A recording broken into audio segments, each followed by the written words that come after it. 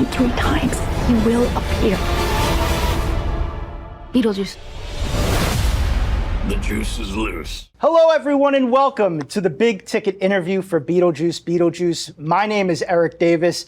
I'm a little excited about this conversation that we're about to have, not just because I am sitting alongside this exceptional ensemble cast, but also because Beetlejuice, the original film, its characters, its performances, its craftsmanship, its inventiveness and imagination, it means so much to me personally as a lifelong movie nerd and to so many people around the world. And I feel confident in speaking for the global community here when I say everyone is really, really looking forward to the return of Beetlejuice.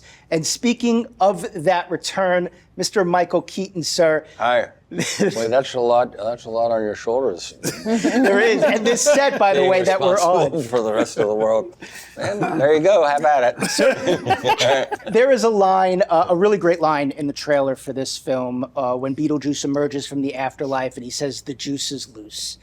Can you pinpoint a moment when you were making this film where you felt like you had fully unlocked the character, his rhythm, his voice, his movements, where you were like, I got him, the juice is loose within me? No, I can't think of one. I was worried about it. And so, I don't know about the rest of these guys. I'll bet a couple of them are like me. I don't really see my movies very much. I see them when you have to see them, to loop.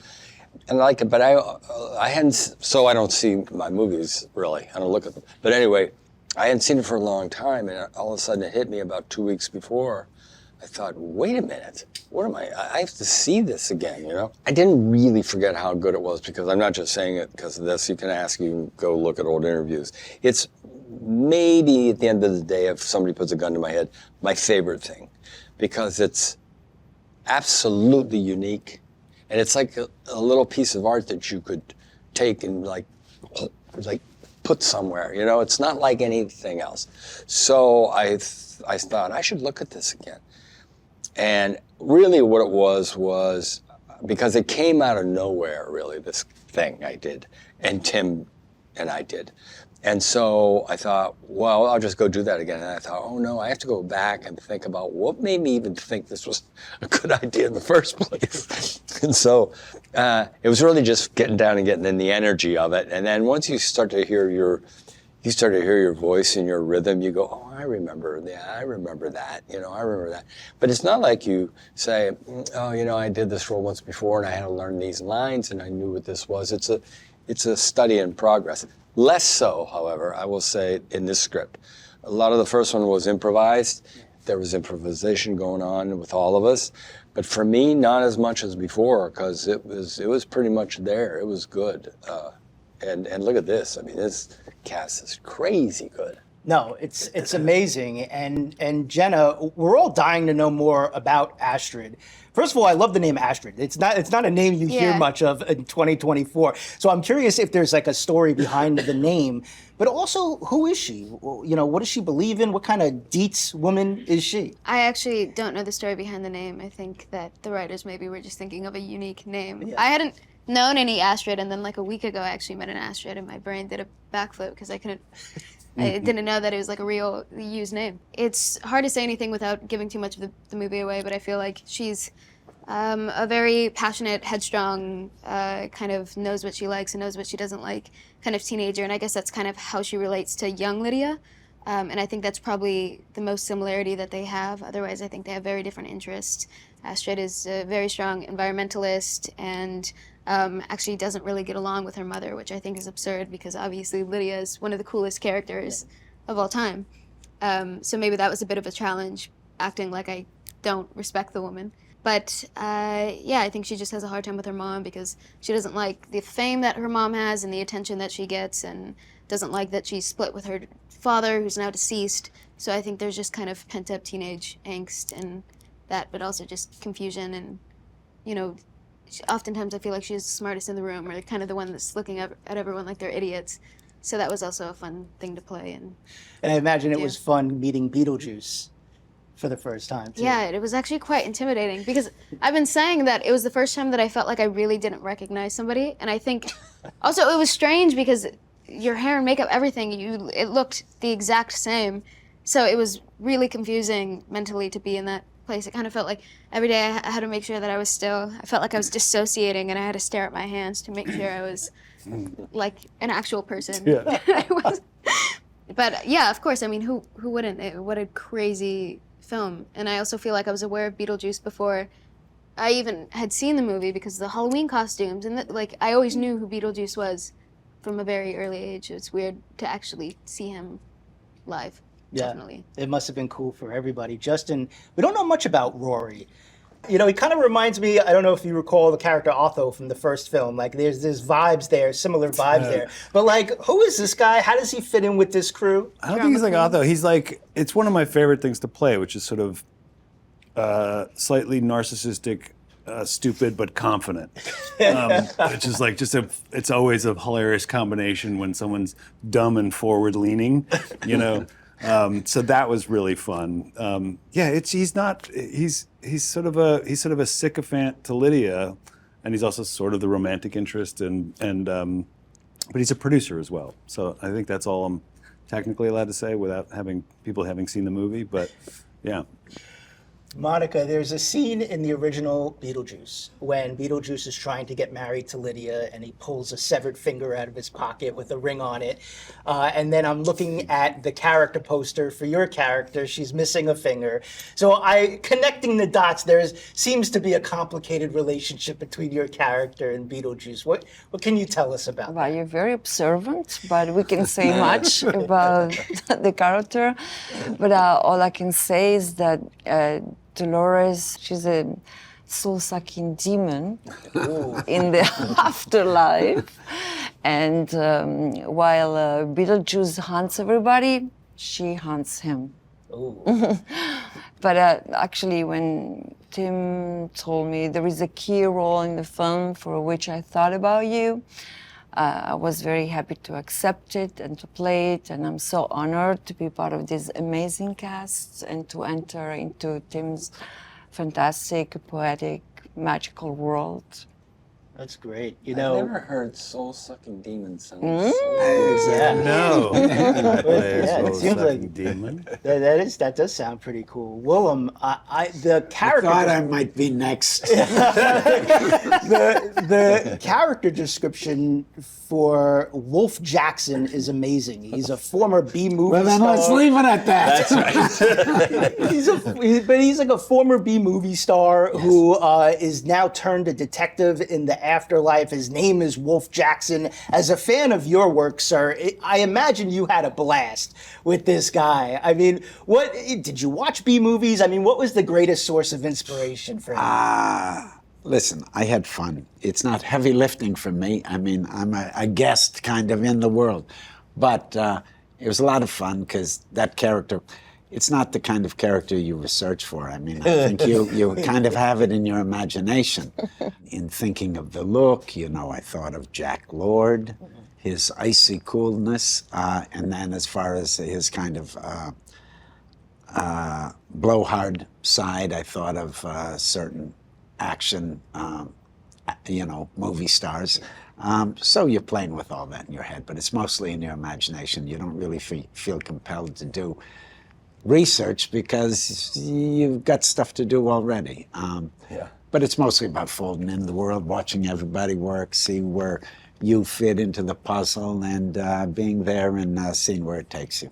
What was the best note Tim Burton gave you for your character? His best note is when he laughs. I mean, my favorite thing is he's a high energy guy, and he also has his hand in everything.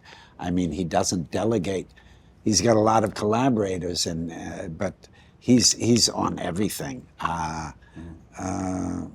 His best note, I don't know. I felt pretty comfortable with him, and I'm totally down with his aesthetic and how he works. So it was a lot of fun, actually. Yeah, in the Tim Burton of it all, Michael, reuniting with Tim, how would you say he evolved as a filmmaker and a collaborator since the last time you worked with him? So, at that point, nobody knows anything, really. I don't care how talented you are, you're still trying to figure it out.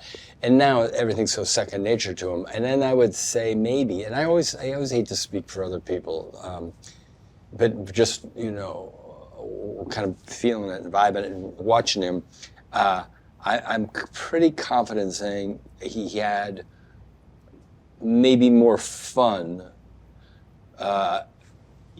more easily than other productions. Not to say that he didn't have fun in other ones, but like Willem said, he takes on everything and he sees everything. And it must be hard, honestly, it must be hard to try to explain everything that's going on to most people, because when you kind of feel it or know it, it's a little hard to explain to people, especially something at this level, right? It didn't seem to, and we made this relatively quickly, actually. I mean, this wasn't a big, long thing. It's exactly the way he and I wanted to do it. Actually, what we wanted to do, if we could have somehow done it, was sneak away somewhere, make everybody like sign something and say, we went and made this movie, and then bring it back and go, boom, there you go, look at us, look what we did. Not to be arrogant, but just to say, we kind of don't want a lot of the outside voices, we kind of like this thing we kind of do together. You know what I mean? Yeah. And we didn't want it to be too much CGI. That was part of our deal, not like a handshake deal. And we didn't want it to be, I said, the mistake always made in sequels is, oh, that aspect of the movie is fantastic. They love that. Let's do more of that. And of course, it inevitably fails. So my first thing I said was, maybe a minute more or 5 minutes less. I don't think this character should be in it more, because I think you'll throw off the balance and the rhythm, especially in this particular one. But, I think he seemed more at ease to me, laughing more, and we had a lot of laughs. And people forget about how funny he is. I mean, I think you see the movies and you go, oh yeah, those are funny, but he's actually funny, like hanging out with funny. But it did feel, just to tap in on that, it did feel kind of like how I imagined the first one felt, maybe it didn't feel like a big, huge studio movie. It felt very indie in that respect. And then Tim's jumping up and coming and going, okay, now that. Right. And it felt like we were kind of doing like a little bit of an indie, even though it wasn't, and because we didn't have to be in a white room. And the scenic elements, and there was a lot of big movie bang to it. As far as the detail, and the sets are fantastical. When I'd go on the set, I would just wander and I'd look at all the little detail, and there's all this stuff that you'll never even shoot, but it's really fun to see. Like jokes everywhere. I mean, like the art department is having a goof on everybody all the time. And, led by him, probably by Tim, setting the tone. So, without getting too sweet about it all, I mean, it is work, but pretty fun, and really energetic and bold. The design of the stuff is really. There's jokes all over the place, little ironies and little, just a refinement of, that world that was created in Beetlejuice. And handmade. Yeah. Handmade, Oh yeah, all that. I mean, that's what's so great about the original Beetlejuice and also Tim Burton. Everything's practical and you kind of feel it.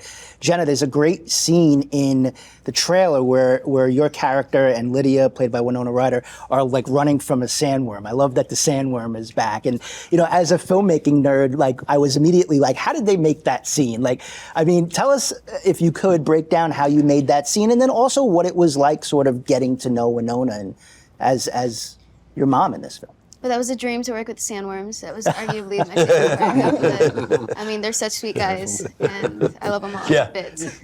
No, I mean, I think we shot that for maybe an hour on a soundstage with a gray screen and a sandbox and like a little artsy Tim door, and that was about it. It was a really quick scene, and then I think that because they do turn back to stop motion in this to stay true to the original, I think just on another stage they went and worked with that, and Tim would make trips out there to see how that was going. So I mean that was a fairly short part of the shoot for me. But getting to know Winona, I remember obviously joining a sequel to something and it being so long since the original. I think I just kind of wanted to put my head down and do the work and show up and be respectful and kind and read my little book off to the side. But I think Winona was so warm and so welcoming, as was Catherine, as was everybody else, that you almost didn't have a choice but to become a part of the family, which I'm so grateful for, because I think that in shooting and working together, and Tim's playful spirit. I felt like everything that we were doing just kind of felt like we were all in on the same joke or on the same page or had the same ideas. And it just felt like a free and collaborative space. But Winona and I swear, we just started talking one day on set and then never stopped.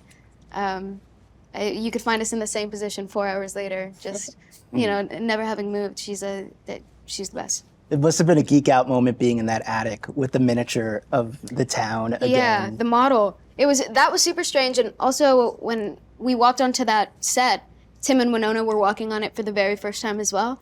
And Winona got a little bit emotional, and also Tim was kind of taken aback and a little stunned because I guess they had the measurements of the original house. So everything was the exact same down to, placement of this wood panel and same space. And, oh man, I don't remember it being this big, but it was. And, oh yeah, because remember this? And they just kind of went back to details of the original. So to be able to kind of be a fly on the wall in that moment and examine that was really, really special. But then also the model, it's the same thing, the detail on that thing, down to the little cows and horses and stalls and, signs, dating schools.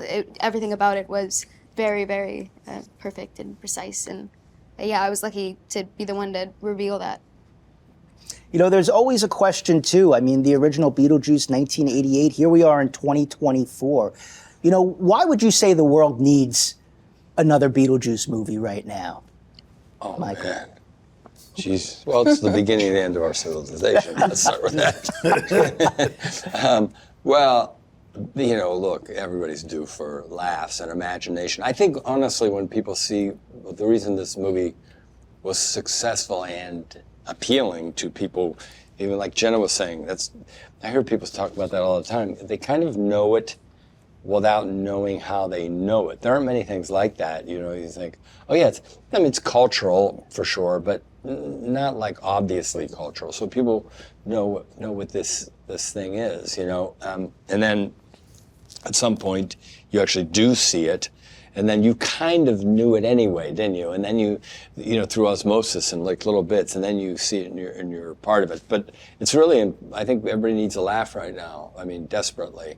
But it's not just the laughs. I think people don't consciously know why they like it, and one reason is that it is handmade, and they sense it. You're not removed, you're not, anytime something is too technical, there's a little bit of as great as it is, it's unbelievable how movies are made now, but there's a little bit of separation, between the audience, and you marvel at the thing and go, oh wait, I gotta watch the story. This you go, who are these people? What is this thing? So I think people don't know exactly why they like, but I think that is why they like subconsciously. The last thing I'll say is all these guys I know will say the same thing. Acting is, there's to be a truth, for sure. There has to be all that.